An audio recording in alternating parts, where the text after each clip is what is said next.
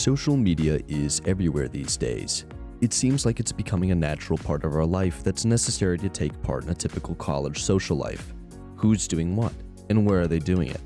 What happened last Friday at that one party? Why is everyone doing that one dance on TikTok? Everyone has social media, so what could be the problem with it? Well, I'm sure your parents have let you know, older people didn't have this stuff back in their day. And while times are changing, so is the physical and mental health of all those who are caught up in the change. In other words, your health, both mental and physical, are changing with how you use social media. How, you might ask? Let's break it down, shall we? Okay, so let's talk about social media dependency and addiction.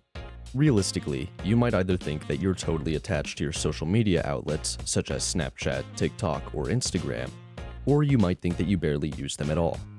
Whatever side you believe to lean towards, most of us are pretty self-aware with our answers, so self-analysis can be pretty reliable.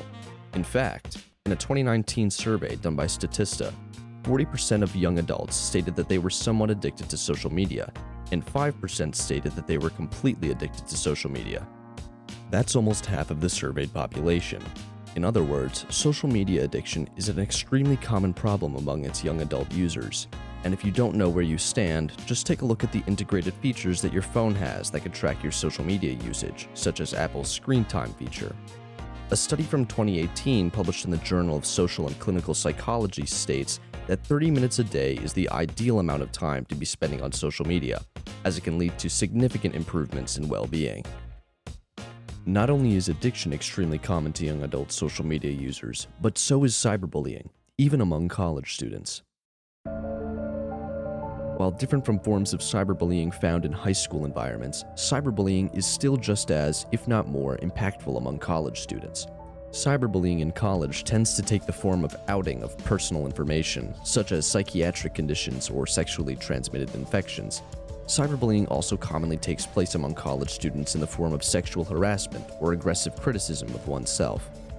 Ultimately, cyberbullying can lead to behavior problems, such as depression, diminished self-esteem, anxiety, sleep disturbance, substance abuse, and an overall negative social perspective. Speaking of the behavioral effects caused by social media, one that is talked about a lot, and if anything, should be talked about more, is the effects that advertisements can have on your eating habits. Social media tends to do this in two ways. The first way in which advertisements found on social media commonly affect eating habits would be through unrealistically high beauty standards, causing viewers of supermodels, pop stars, and celebrities to want to change their appearance. This bodily dissatisfaction and desire to change, typically found in a young female audience, can lead to eating disorders like anorexia nervosa or bulimia nervosa. The second way in which advertisements can affect your eating habits would be through the influence of food advertisements themselves. Rather than being influenced by celebrities or pop culture icons, this method of influence is simply the subconscious change in eating patterns based on food advertisements displayed to social media users. If displayed advertisements with healthy foods, you're more likely to eat healthy foods. If displayed advertisements with unhealthy foods, you're more likely to eat unhealthy foods. It's as simple as that. However, despite this concept's simplicity, it proves an important point. Regulating what we see on social media can be beneficial to us social media users, as we are highly impressionable, whether or not we realize it. Using this knowledge, we can actually make social media a positive and beneficial experience for ourselves. Speaking of which, this brings us to our final point.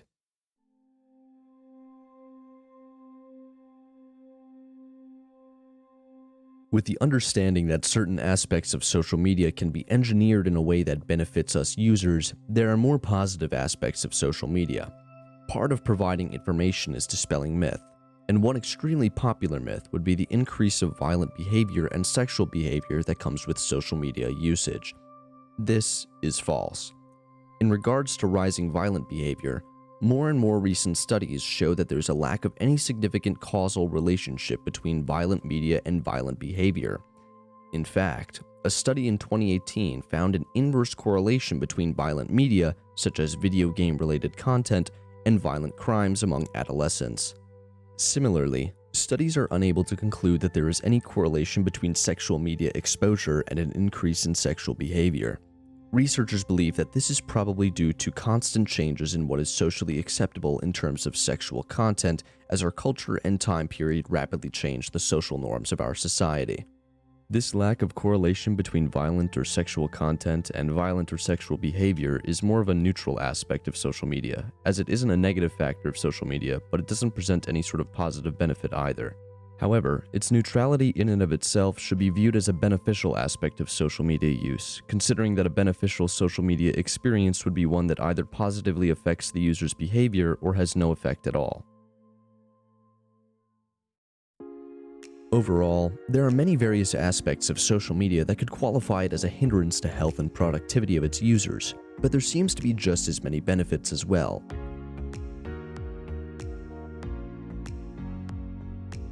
The important part of using social media in a healthy way is making sure that it's used in ways that benefit the user. Utilizing what we've learned throughout this video, here are 4 tips and tricks that can help increase the benefits of your social media usage as college students. Number 1. Make sure to reduce your time on social media each day to around 30 minutes. If that isn't possible, try reducing your time spent on social media in incremental steps. Number 2.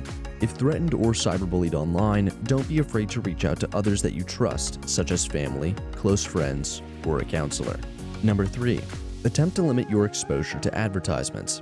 This can be done through the adjustments of settings within certain social media sites, or simply use a tool such as an ad blocker. And finally, number 4.